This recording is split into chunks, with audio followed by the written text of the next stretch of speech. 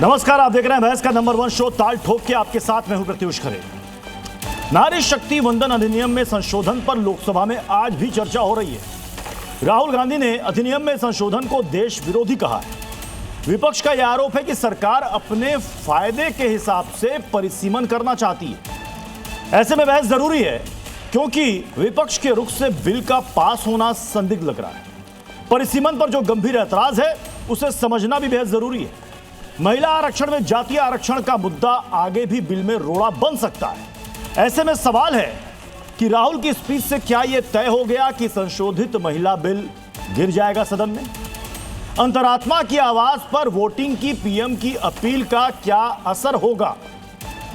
क्या महिला बिल का विरोध विपक्ष के लिए चुनावी मुसीबत बन सकता है? और भी दूसरे सवालों पर ठोकेंगे ताल, जिसमें साथ होंगे खास मेहमान। लेकिन शुरुआत इस छोटी सी रिपोर्ट के साथ।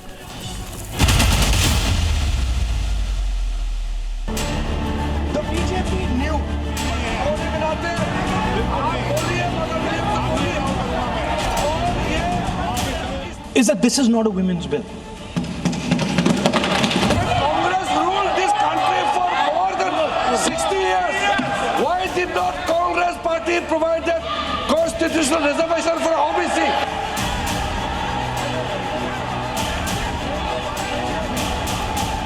This is an attempt to change the electoral map of India.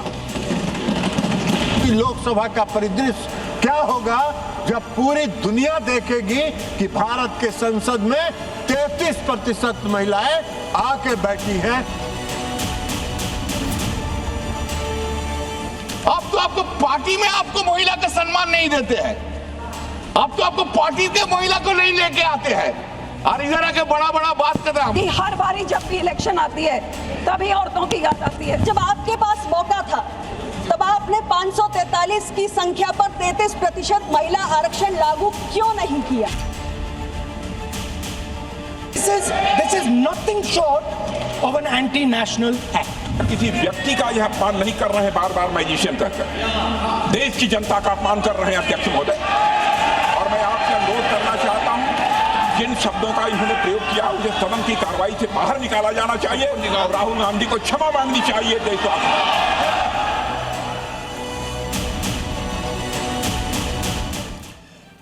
जल्दी से अपने मेहमानों साहब को मिलवा देते हैं। हमारे साथ हैं श्वेता शालिनी, बीजेपी की प्रवक्ता। महुआ मांझी जी हमारे साथ जुड़ चुकी हैं, जेएमएम की राज्यसभा से सांसद हैं। हमारे साथ मीनाक्षी शर्मा जी, आम आदमी पार्टी की प्रवक्ता हैं। जाकिया खान हमारे साथ हैं, सोशल एक्टिविस्ट हैं। आदिश सी अग्रवाला जी है जो कि कॉन्स्टिट्यूशन एक्सपर्ट हैं।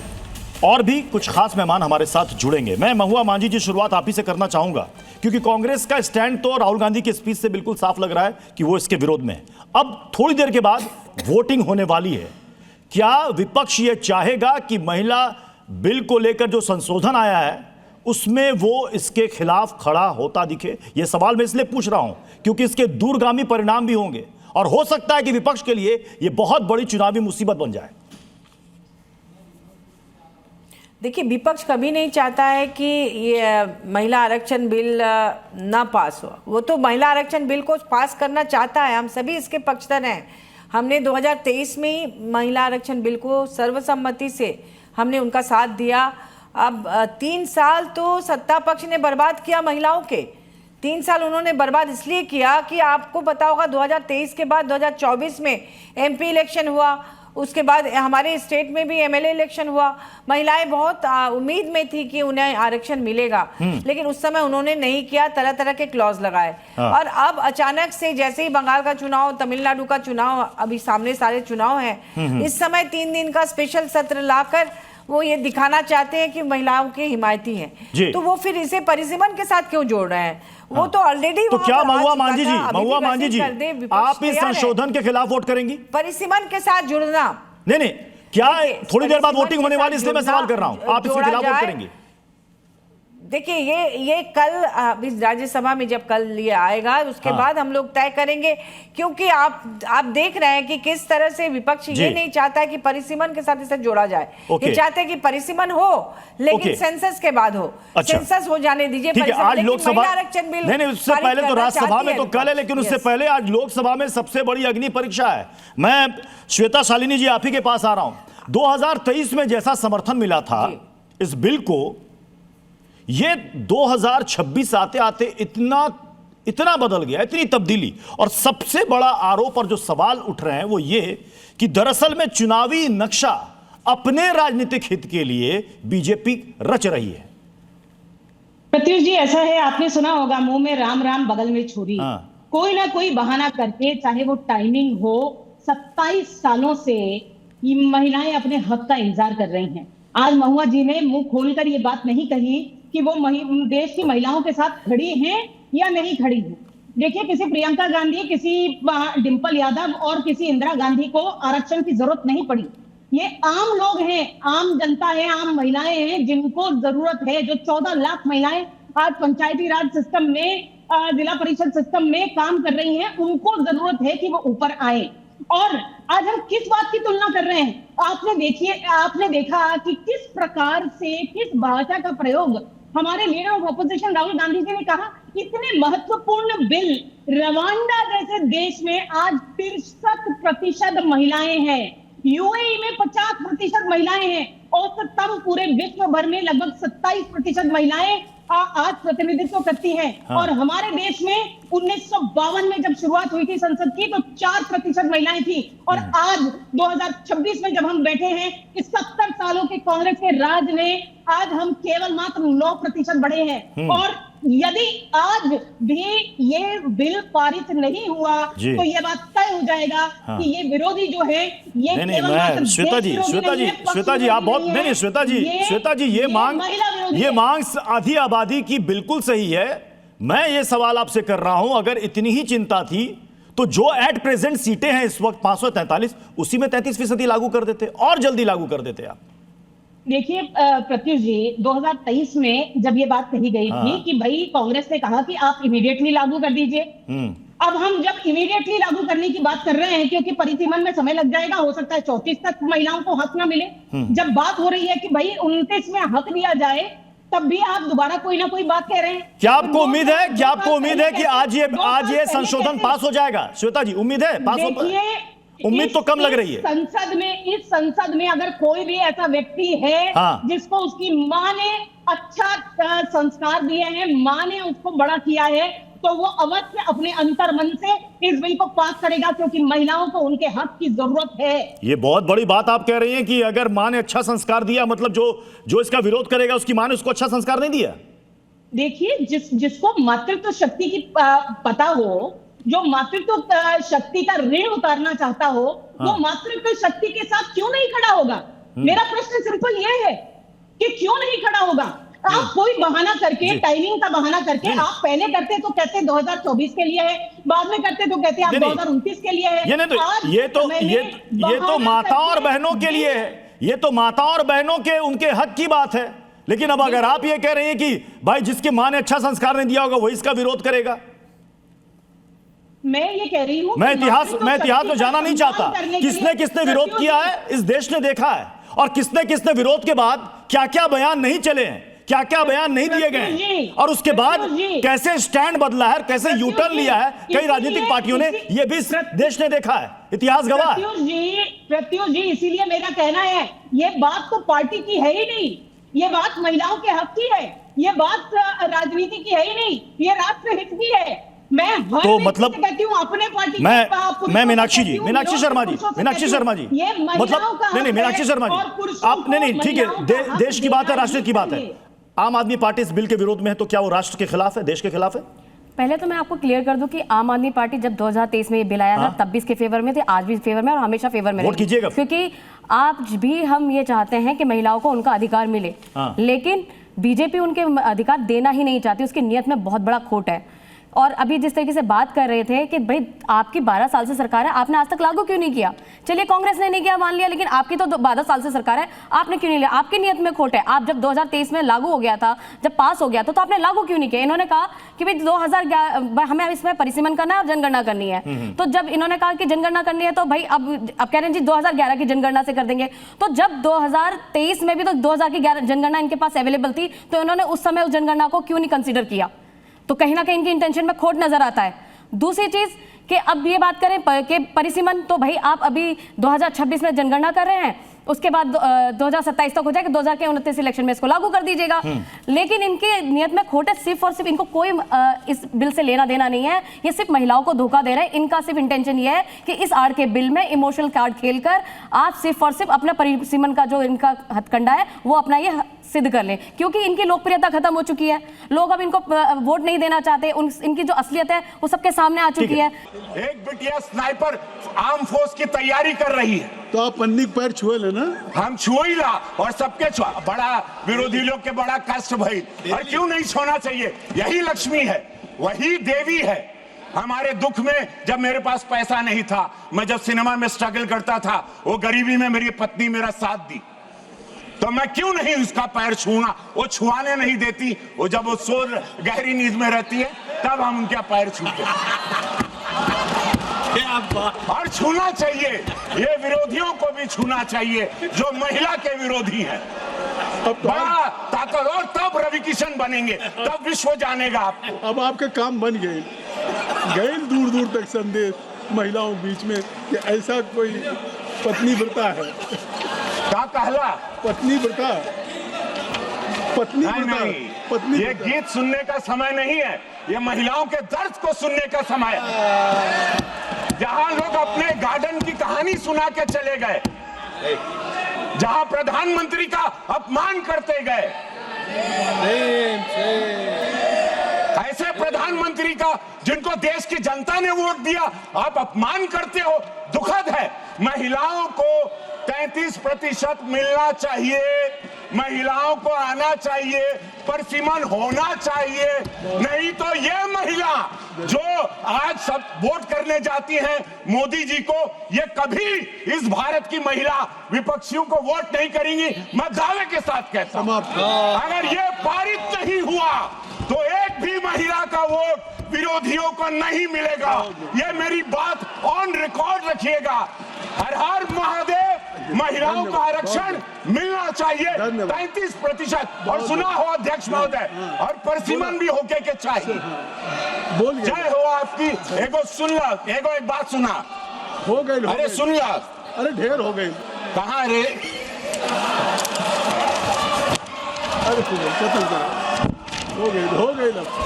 बस परिसीमन मिलना चाहिए। जय, धन्यवाद अध्यक्ष। श्रीमती शोभा बचाओ, श्रीमती शोभा बचाओ। महुआ जी, राहुल गांधी ने भी ये बात कही है कि ये बीजेपी की चाल थी, पता था कि ये बिल पास नहीं होगा और ये मैसेज जाएगा कि बीजेपी तो प्रोएक्टिव है और विपक्ष महिला विरोधी है। इसलिए मैं आपसे फिर पूछ रहा हूं, क्या विपक्ष इतनी हिम्मत जुटा पाएगा कि अगेंस्ट में वोट करे? विपक्ष हमेशा से महिलाओं के पक्ष में रहा है, अभी भी है, आने वाले ऋषि लाइएगा दोनों को स्क्रीन पर एक साथ। वो सिर्फ चाहता है कि भाजपा इसका पॉलिटिकल लाभ लेने के लिए इसे परिसीमन और अन्य मुद्दों से ना जोड़े। अगर यही करना था तो 3 साल पहले उसने क्यों नहीं शुरू कर दिया? उसी समय वो परिसीमन और सेंसर सब कुछ स्टार्ट कर देते तो आज तक वो हो गया होता। आप ये बात समझ लीजिए कि हम लोग चाहते हैं कि महिला आरक्षण बिल पारित हो जाए, आज ही पारित हो जाए। महिला आरक्षण बिल अभी पारित करे, आपके रास्ते चलने के लिए बहुत सारे आपकी बेटियां, आपकी बहनें आपके पीछे खड़ी हैं जो आपका चेहरा देख रही हैं। आज आपके एक वोट से हजारों लाखों महिलाओं का रास्ता दृढ़ होगा और वो आपके साथ बैठकर संसद में बैठेंगी। आज कहीं ना कहीं किसी भी महिला को आप प्रत्युष जी जितना भी कोशिश करें, 2 महिलाओं को वर्सेस नहीं करवा सकते, क्योंकि सारी महिलाएं एक साथ इस बिल के साथ खड़ी होनी चाहिए। क्योंकि कहीं ना कहीं सारी महिलाएं आज हम सभी महिलाएं। ऋतु चौधरी कांग्रेस की प्रवक्ता में ज्वाइन कर चुकी हैं। ऋतु चौधरी जी, आवाज जा रही है? ठीक है महुआ जी, श्वेता जी, मैं आपके पास आऊंगा। कांग्रेस की प्रवक्ता भी हमारे साथ इस बार जुड़ चुकी है। ऋतु चौधरी जी, मतलब ये क्लियर है कांग्रेस अगेंस्ट में वोट कर रही है? जी बिल्कुल, हम जो है परिसीमन जो महिला आरक्षण बिल की आड़ में जो लोकतंत्र को मिटाने का खेल हो रहा है, उस खेल को बिल्कुल भी होने नहीं देंगे। ये कांग्रेस ने और राहुल गांधी जी ने पूरी देश की जनता को आश्वासन दिया है कि केवल 3 व्यक्ति जो आयोग के सदस्य हैं वो आपकी किस्मत का फैसला नहीं कर सकते, वो इस देश की किस्मत का फैसला नहीं कर सकते हैं। जो इस देश के लोगों का अधिकार है वो उनका अधिकार बरकरार रहेगा। ओबीसी को, एससी को, एसटी को हम उनका अधिकार दिलवा के रहेंगे। हम पहले भी ये बात कहते आए हैं कि हम इन महिलाओं को अपना अधिकार देंगे। ठीक है, मैं राहुल गांधी ने आज सदन में जो बोला है उनका स्पीच, उसके कुछ हिस्से को मैं सुनाना चाहता हूं, प्लीज प्ले करें। This is not a women's bill. This is nothing to do with the empowerment of women. This is an attempt to change the electoral map of India. The BJP knew, they knew very clearly that this bill actually cannot be passed. This is nothing short of an anti-national act. Ritu ji, OBC quota होना चाहिए, जातीय जनगणना होनी चाहिए, delimitation होना चाहिए, तब उसके बाद यह आरक्षण होना चाहिए। लेकिन आप ही की कांग्रेस ने 2010 में जो राज्यसभा से बिल पास हुआ था उसमें ओबीसी कोटा नहीं रखा था, और बाद में आप ही की कांग्रेस ने और राहुल गांधी ने कहा था कि यह एक बड़ी भूल थी, हमें रखना चाहिए था। लेकिन कहते हैं ना कि चलिए, इंसान से गलतियां हो जाती है, इंसान गलतियों से सीखता है। आपने 2011 में जातीय जनगणना करवाई, लेकिन आपने उसके आंकड़े जारी नहीं किए। फिर कहना पड़ा कांग्रेस को कि यह भी हमारी बड़ी भूल थी, हमें जारी कर देना चाहिए था। कितनी बार भूल करेगी कांग्रेस? कितनी बार? आपके पास एक सुनहरा मौका था, एक गोल्डन अपॉर्चुनिटी थी। आपके नाम पर यह दर्ज हो जाता कि कांग्रेस ने जातीय जनगणना करवाया, उसके आधार पर परिसीमन हुआ और महिला आरक्षण बिल पास हुआ और महिलाओं को उनका हक मिल गया। आपके नाम पर जाता ये, आप क्यों नहीं कर पाए? प्रत्युष, यहाँ पर मैं आपको करेक्ट करना चाहूंगी कि जब जातीय जनगणना हुई थी 2011 में, उसके बाद सारे नियम और जो भी क्यों नहीं जारी हो पाई, ये बताइएगा आप, क्यों नहीं जारी हो पाई आंकड़े? वही मैं बता रही हूँ आपको, यहाँ पे मैं करेक्ट कर रही हूँ आपको कि उसकी जो प्रोसेसिंग होती है, उसके बाद जो प्रोसेसिंग में इतना टाइम लगता है जातीय जनगणना को जो है सामने लाना, पब्लिक करना जो होता है, उसमें जब तक सरकार जो है दूसरी आ चुकी थी और हमने बाकायदा उस सरकार को 2014 में ये बोला बाकायदा लिखकर कि आप जो है जातीय जनगणना के आंकड़ों को सार्वजनिक कर दीजिए। श्वेता शालिनी को और ऋतु जी को एक साथ रखिएगा स्क्रीन पर। ऋषि, मुझे लगता है कि आज इस डिबेट को बहुत ही गंभीरता से सभी दर्शकों को देखना चाहिए, क्योंकि यह सवाल आधी आबादी के हक का है। आपने कहा कि 2014 में जो सरकार आई उसको करना चाहिए, तब यह सवाल मैं बीजेपी से भी लूंगा, लेकिन मैं फिर से एक सवाल पूछ रहा हूं। आपने सेकेंड टर्म में कोशिश की, आप चाहते तो फर्स्ट टर्म में भी इसकी प्रक्रिया शुरू कर सकते थे। देखिए, हमने जो है प्रत्युष हमेशा से महिलाओं के आरक्षण की बात की, ठीक है, वो सभी ने की। जो प्रियंका गांधी जी ने पार्लियामेंट में बोला कि 1928 में मोतीलाल नेहरू से ये शुरू हुआ था। उन्होंने जो है पत्र लिखा था कांग्रेस को और बाकायदा गाइडलाइन जारी करी थी कि महिलाओं को अधिकार मिलना चाहिए पॉलिटिकल पार्टीज में और देश की राजनीति में। वहां से लेकर हमने अब 1996 से लेकर हम लगातार जो है महिला आरक्षण की बात कर रहे हैं, जिसमें कि हमने नगर पालिका और पंचायत के जो है महिलाओं को, आपकी इंदिरा गांधी को, आपकी प्रियंका गांधी को आरक्षण की जरूरत नहीं पड़ी, लेकिन यदि रितु चौधरी को आना है तो आरक्षण की जरूरत पड़ेगी। और इसीलिए कभी न कभी 70 साल से कांग्रेस ने ये कोशिश ही नहीं की।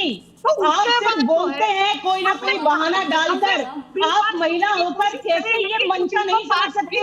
आज हम महिला होकर अपने पार्टी के पुरुषों को कहीं ना कहीं धक्का दे रहे हैं कि आप इसके साथ महिलाओं के साथ सशक्त तौर पर खड़े रहे।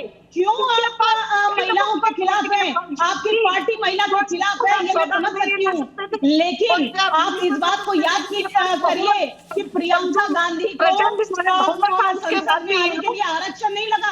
आप ओबीसी की बात कर रहे हैं। सबसे यदि कोई है तो तमाम विपक्षी पार्टियों ने महिलाओं को श्वेता जी, ठीक है, ठीक है, मैं बाकी मेहमानों का रुख करूंगा, लेकिन उससे पहले श्वेता जी, आपके पास भी एक बहुत लंबा मौका था और अभी भी मौका है जातीय जनगणना कराने में, और उसके बाद इसे लाने में क्या परेशानी है? देखिए प्रत्युष जी, अभी अभी आपने ऋतु जी को सुना कि एक लंबा प्रोसेस मैंने था कांग्रेस को और बता ये दिया था और वो कि था। 2010 में और फिर 2011 नहीं, में उनकी जिस तो भूल टाइमिंग का की एहसास कोई कांग्रेस को प्रॉब्लम ही नहीं थी है, ना, कांग्रेस ने टाइमिंग कहा की कि होना हमारी चाहिए था, हम नहीं कर प्रॉब्लम पाए, रहती है लेकिन आगे की सरकार करे। मैं आपसे पूछ रहा हूं। मैं आपको यही बता रही थी, कांग्रेस ने यह कहा कि भाई 24 में लागू करो, हम चाहते हैं कि 29 में लागू हो, और इसीलिए हम चाहते हैं कि जल्द से जल्द महिलाओं को उनका हक मिले। महिला आज 70 सालों से इंतजार कर रही है, 30 साल से इस बिल का इंतजार हो रहा है। हम कहाँ देवी गौड़ा जी के समय पर हम 81 अमेंडमेंट, 81st अमेंडमेंट से लेकर आज 130 अमेंडमेंट पे आ गए हैं, 50 अमेंडमेंट हो गए, संशोधन हो गए, लेकिन संविधान ने महिलाओं का हक नहीं दिया। और भाजपा में मैं इसकी टेक्निकलिटी को भी मैं समझना चाहूंगा। मैं आदिश जी, मैं आपके पास आ रहा हूं। आदिश जी, अब जबकि एक बड़ी खबर आ रही है, बड़ी खबर दर्शकों तक पहुंचा, राहुल गांधी के खिलाफ एफआईआर का आदेश हो गया। इस वक्त एक बड़ी खबर आ रही है, इलाहाबाद हाईकोर्ट ने यह आदेश दिया है, राहुल गांधी के खिलाफ एफआईआर। राहुल की दोहरी नागरिकता का यह मामला है और उसी मामले में यह एफआईआर दर्ज होगी। इस वक्त ये बड़ी खबर सामने आ रही है, दोहरी नागरिकता के मामले में इलाहाबाद हाईकोर्ट ने एफआईआर दर्ज करने का आदेश दिया है। राहुल गांधी की दोहरी नागरिकता का ये मामला है।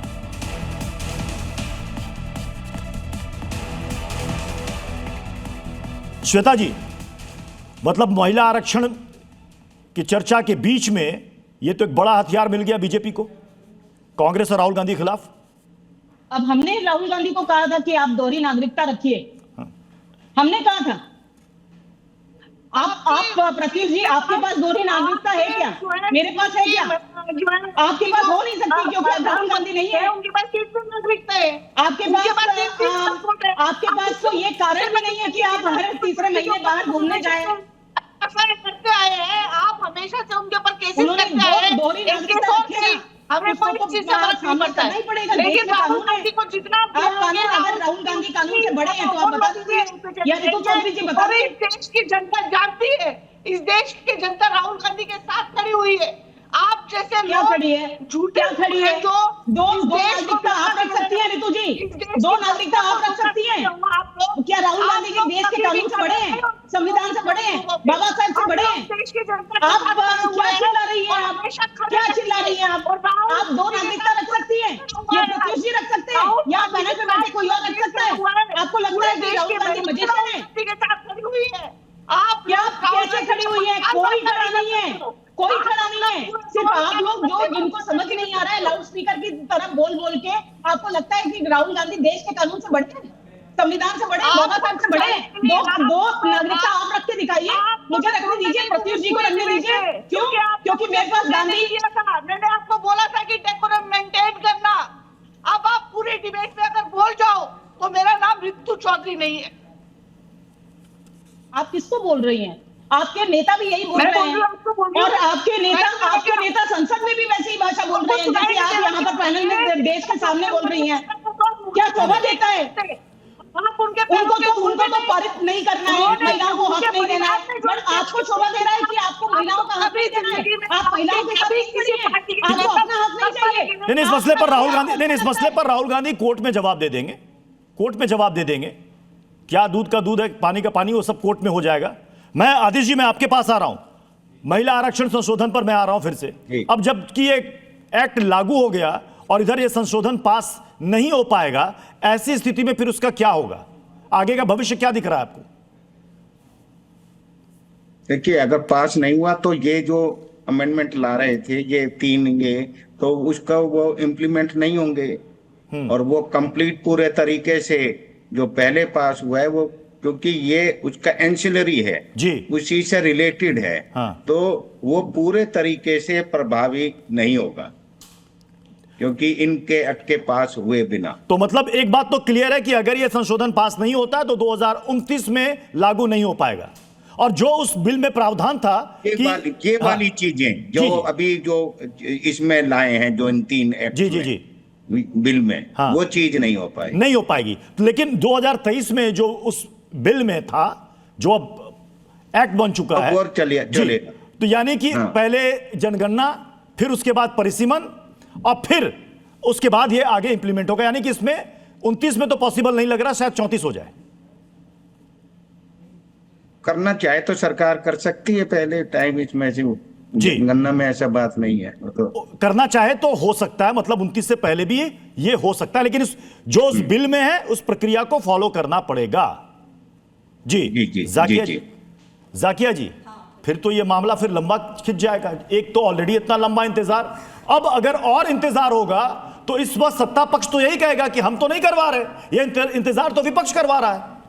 नहीं, मुझे प्रत्युष एक चीज़ बताइए, हाँ। जब हमें सत्ता में अपनी आरक्षण को साबित करने के लिए इस 27 साल से ऊपर का टाइम लग गया एक बिल आने के बावजूद उसे पास करवाने में, तो क्या आपको लगता है कि आरक्षण का जो होने के बाद इस चीज़ को पास करवाने में अनदर 20 साल हम फिर से व्यतीत करेंगे और इंतज़ार करेंगे कि एक आरक्षण आए जहां ओबीसी, जहां माइनॉरिटी, जहां SC ST सारे लोगों मिल के एक शासन में, पॉलिसी मेकिंग में आए और वहाँ पे एक ऐसा बिल पास करवा पाए जो हर से रिलेटेड हो, ना सिर्फ एक आरक्षण से रिलेटेड हो। तो ये चीज़ों को भी हमें समझना है कि आज यहाँ पे सिर्फ फाइट एक महिला की नहीं, महिला के पूरे अस्तित्व के साथ जुड़ी सारी महिलाओं की है। हर एक महिला, हमारे PM मोदी जी बोलते आ रहे हैं कि उन्होंने ट्रिपल तलाक कराया और ये कराया, इतना सारे संशोधन उन्होंने, मुझे मामला तो वुमेन रिजर्वेशन से आगे निकल करके परिसीमन और धर्म और जाति पर आ गया। मामला तो धर्म और जाति पर आ गया। बता रही हूँ कि देखिए ये आना जरूरी है, क्योंकि आप सोचिए, मतलब धर्म का कोटा आना जरूरी है।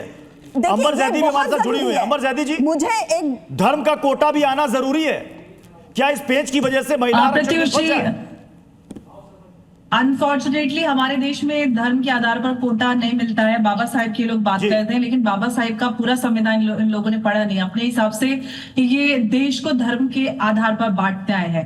धर्म के आधार पर इस देश का विभाजन हुआ, धर्म के आधार पर यहाँ पर राजनीति होती है, धर्म के आधार पर यहाँ पे इंस्टीट्यूशन, मोहल्ले, हर चीज धर्म के आधार पर इनको चाहिए। और फिर ये कहते हैं कि सबका हिस्सा, किसी के बाप का हिंदुस्तान थोड़ी है, हम सब ने भारत को आजाद कराने के लिए कुर्बानियां दी थी। तो भाई आपका भारत कैसे है? भारत के लिए आप है, हम सब देश के लिए। आज हम हैं, कल कोई और होगा, ये भारत यहाँ पर रहेगा। तो जब तक माइंडसेट नहीं बदलेगा तब तक कुछ बदलने वाला नहीं है। कल धर्मेंद्र यादव को और जाकिया जी को एक साथ रखिएगा इसके लिए।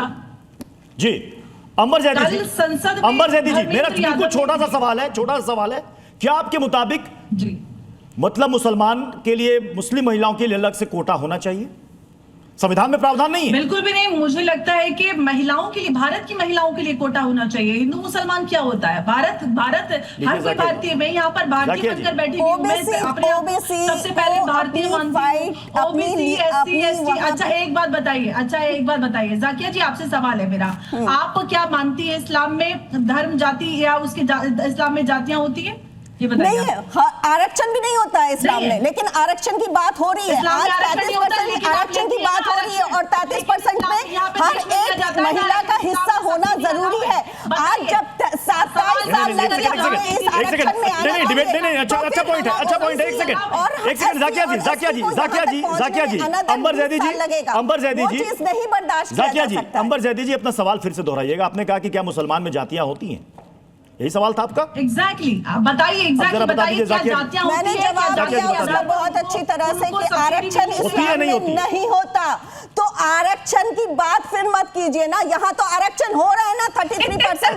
तो जब 33% हो रहा है तो उसमें इस्लामिक, उसमें SC ST और OBC को क्यों छोड़ा जा रहा है? जो फाइट हमें 27 साल लगा यहाँ पहुंचने में, आना 27 साल OBC और SC और ST को लगे यहाँ तक फिर आने में, बिल्कुल नहीं। जब आरक्षण हो रहा है तो सबका वहीं पे महत्व है। ये सिर्फ और सब, देखिए मैं पॉलिटिकल की बात करती हूँ और मुझे पता है कि भागीदारी बढ़ाने के लिए हो रहा है। आपको पता है भारत सीधे इधर जा रहा है कि जहाँ पे डेमोक्रेटिक रिपब्लिक है, लेकिन एवरेज आउट करेंगे 14 से 15%। एक सेकंड, मैं चाहूंगा ऋषि शोभा विजेंदर जी भी हमारे साथ जुड़ी हुई है, member adviser committee National Commission for Women से हमारे साथ है। शोभा, अब तीनों को एक साथ स्क्रीन पर रखिएगा। मुझे लगता है कि डिबेट में ये अच्छी पॉइंट सामने आ गई है। अंबर जैदी जी को भी रखिएगा, जाकिया जी को भी रखिएगा, जो कह रही हैं कि मुस्लिम महिलाओं के लिए अलग से कोटा होना चाहिए। अंबर जैदी ने का सवाल था कि क्या मुसलमानों में जातियां होती हैं, इन्होंने कहा नहीं होती। अब मुझे एक बात बताइएगा शोभा जी, दो तरह की रिजर्वेशन है हिंदुस्तान में, एक पॉलिटिकल यानी कि प्रतिनिधित्व के लिए कोटा निर्धारित है जो हर 10-10 साल में उसको रिवाइज होना था, ये बढ़ता चला रहा है। एक नौकरियों में आरक्षण है। क्या मुसलमानों को आरक्षण इस देश के अंदर नहीं मिलता, चाहे वो नौकरी हो या फिर प्रतिनिधित्व का मामला हो? फिर अलग से कोटे की आवश्यकता क्यों? देखिए, मैं सबसे पहले मुद्दे की बात करूंगी, और मुद्दे की बात आज ये है कि भारत देश के अंदर 50%, लगभग 50% महिलाएं हैं। मैं सामाजिक क्षेत्र से आती हूँ और NCW को देखती हूँ, आधी आबादी को देखती हूँ। मुझे समझ में नहीं आ रहा है कि ये महिलाएं क्यों नहीं समझ रही कि 27 साल के अंदर 7 प्रधानमंत्री आए, बार बार कोशिश हुई, लेकिन ये विधेयक नहीं बन सका, एक्ट नहीं बन सका था। और अब इसके लिए 2 प्रावधान थे, 2 प्रावधान करे गए, 2 ऑब्स्टिकल्स थे, इसलिए उनको संशोधन करने की बात की गई, जनसंख्या और परिसीमन। ठीक है ना?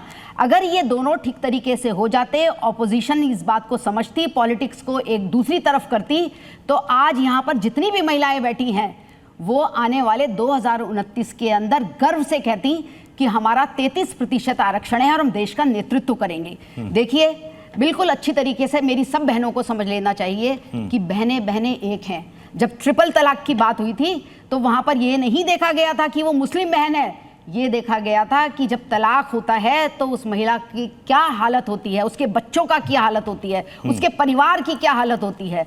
और जब आरक्षण की बात होगी तो मुझे नहीं पता मुस्लिम धर्म के अंदर आरक्षण है या नहीं, पर मैं ये दावे से कह सकती हूँ कि आपको भी आरक्षण मिलेगा।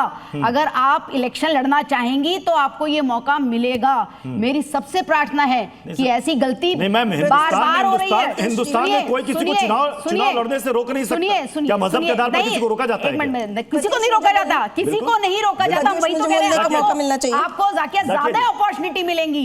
इस वक्त आपको बहन से बहन का हाथ मिलाकर चलने की आवश्यकता है। आपको अपने इंटरेस्ट को छोड़ना पड़ेगा। आपको तुष्टिकरण वाली बातों को छोड़ना पड़ेगा। कांग्रेस पार्टी जाकिया जी, ये जो प्रावधान महिलाओं के लिए आ रहा है, एक बार बोलने दीजिए प्रत्युष जी। एक बड़ा इंपॉर्टेंट पॉइंट है, अभी आपने खुद ही कहा कि कांग्रेस बार बार 2011 से गलतियां कर रही है, लेकिन इस बार जो वो गलती कर रही है उसको ये आधी आबादी कभी माफ नहीं करेगी। आप 2034 के अंदर की बात में ले जाना चाहते हैं, इसको उसके आगे ले जाना चाहते हैं। आपकी मंशा पूरी आधी आबादी देख रही है, खेत की बहन भी देख रही है, कारखाने में काम करने वाली भी देख रही है, घर में रहने वाली महिला भी देख रही है। मतलब महिलाओं का आरक्षण जो ये पॉलिटिकल पार्टीज अपने स्वार्थ के लिए जिसको रोक रही हैं, बिल्कुल भी बर्दाश्त के बाहर है। बांटने की कोशिश हो रही है महिलाओं को। शोभा जी ने जो कहा, और यही बात यहाँ पर और भी मेहमानों ने कहा, रवि किशन को भी आपने सुना, वो कह रहे एक भी महिला का वोट जो इसके विरोध में आएगा नहीं मिलेगा। मिलना भी नहीं चाहिए, बिल्कुल नहीं मिलना चाहिए, बिल्कुल नहीं मिलना चाहिए। ऋतु जी से जवाब दीजिए। लेकिन उनको ये समझना होगा कि ये जो आरक्षण, अगर ये आरक्षण महिला आरक्षण आता है, पहले तो इसके पीछे मंशा क्या है, खैर वो मैं छोड़ती हूँ। मंशा क्या है? मंशा देश की महिलाओं को नेतृत्व देना है। मंशा सीधी और स्पष्ट है, देश की महिलाओं को नेतृत्व देना है, बिना आरक्षण के पूर्ण नेतृत्व देना है, नेतृत्व देना है। आपको बताना चाहिए कानून क्यों बनाए जाते हैं, कानून क्यों बनाए जाते हैं। आपको पहले ये समझना होगा कि कानून क्यों बनाए जाते हैं। जब देश के अंदर समाज में कोई कुरीति होती है, लेकिन पॉलिसी मेकिंग में हमें आरक्षण मिलते मिलते आज 27 साल हो गया, और 27 साल के अलावा ये आरक्षण आज भी 33% पे क्यों है? क्यों आप परिसीमन के बाद और हमारे जनगणना के बाद क्यों नहीं करना चाहते, और पूरा 48% क्यों नहीं लाना चाहते हैं? आप उसमें क्यों नहीं अमेंडमेंट करना चाहते हैं? कहीं विरोध करना बैकफायर तो नहीं करेगा कांग्रेस के लिए? एक सेकंड देखिए, सबसे पहले तो मैं ये आपके चैनल के माध्यम से ये बताना चाहती हूँ कि अगर ये आरक्षण अगर ये आता है तो इसमें किस प्रकार की महिलाएं जो है वो संसद में पहुंचेंगी, उसमें पहुंचेंगी कंगना रनौत जैसी महिलाएं, स्मृति ईरानी किस तरह की महिलाओं पर नहीं, किस तरह की महिलाएं, किस प्रकार की महिलाएं, ये कौन सी बात हो गई ऋतु जी? ऋतु जी, फिर तो आप महिलाओं में भेदभाव कर रही हैं। इस तरह की महिलाएं, उस तरह की महिलाएं क्या होती हैं? ऐसे शब्दों का प्रयोग करके इस तरह और उस तरह की महिलाएं क्या होती हैं? महिला बराबर है, महिला के अंदर सारे आते हैं। आप सबको एक दूसरे से हाथ मिलाना चाहिए। सभी महिलाओं के लिए सम्मान है। इस तरह की और उस तरह की महिलाएं क्या होती है? इस प्रकार अगर आप हाथ मिलाओगे तो आप कह रहे कंगना रनौत जैसी महिला सांसद बनेंगी, क्या नहीं बनना चाहिए? हाथ मिलाओगे तो 50% की, और ऐसे जनता चुन के बेचती है। चल रहा है, डिबेट 3 अमेंडमेंट पे है, बिल पे नहीं है। बिल ऑलरेडी पास है, इम्प्लीमेंटेशन बिल जो पास हुआ था उसका आप कभी भी कर सकते हैं। इस अमेंडमेंट पे बात श्वेता, श्वेता जी ऋतु जी को रखिएगा साथ में एक बार। ऋषि मेरी आवाज आ रही है? आप दूसरी महिला के बारे में ये बात कर रही है, आप दूसरी पहले आप माफी मांगिए, उसके बाद हम आगे बात करेंगे। आप पहले माफी मांगिए, आप दूसरी महिला के बारे में ऐसा कैसे कह सकती है? आपका नेता ऐसी भाषा बोलता है वो पुरुष है, लेकिन आप महिला होकर ऐसी भाषा का प्रयोग कर रही है दूसरी महिला के लिए। शर्म आनी चाहिए हमको। हमारा भला इसलिए नहीं हो रहा है क्योंकि हम महिलाएं एक साथ एकत्रित नहीं है। ऋतु जी पहले आप माफी मांगिए, इसके बाद ये हम आगे बातें करेंगे। ऋतु जी आप माफी मांगिए। आप क्या कहना चाहती हैं? कोई महिला कम है? आपसे कम दिख रही है? जल्दी से महुआ मांझी को मिलाइएगा स्क्रीन पर। ऋषि जल्दी से महुआ मांझी को मिलाइएगा। महुआ मांझी आप सांसद हैं, आप सांसद हैं, आपको महुआ मांझी जी किसी नेता को चुनकर भेजना है नहीं भेजना है जनता तय करती है। इस तरह की महिला उस तरह की महिला क्या होती है? मैंने कहा ना कि मैं इतिहास में जाना नहीं चाहता हूं। कई नेताओं के बयान है जिनको उनके लिए माफी मांगनी पड़ी, उनमें से तो कई तो इस दुनिया में नहीं है। महिलाओं के बारे में क्या क्या बयान दिया गया था, बाद में माफी मांगनी पड़ी। इस तरह की महिलाएं उस तरह की महिलाएं। महुआ मांझी जी, आपको लगता है ऋतु जी ने जो कहा वो सही कहा? ऐसा कहना चाहिए था?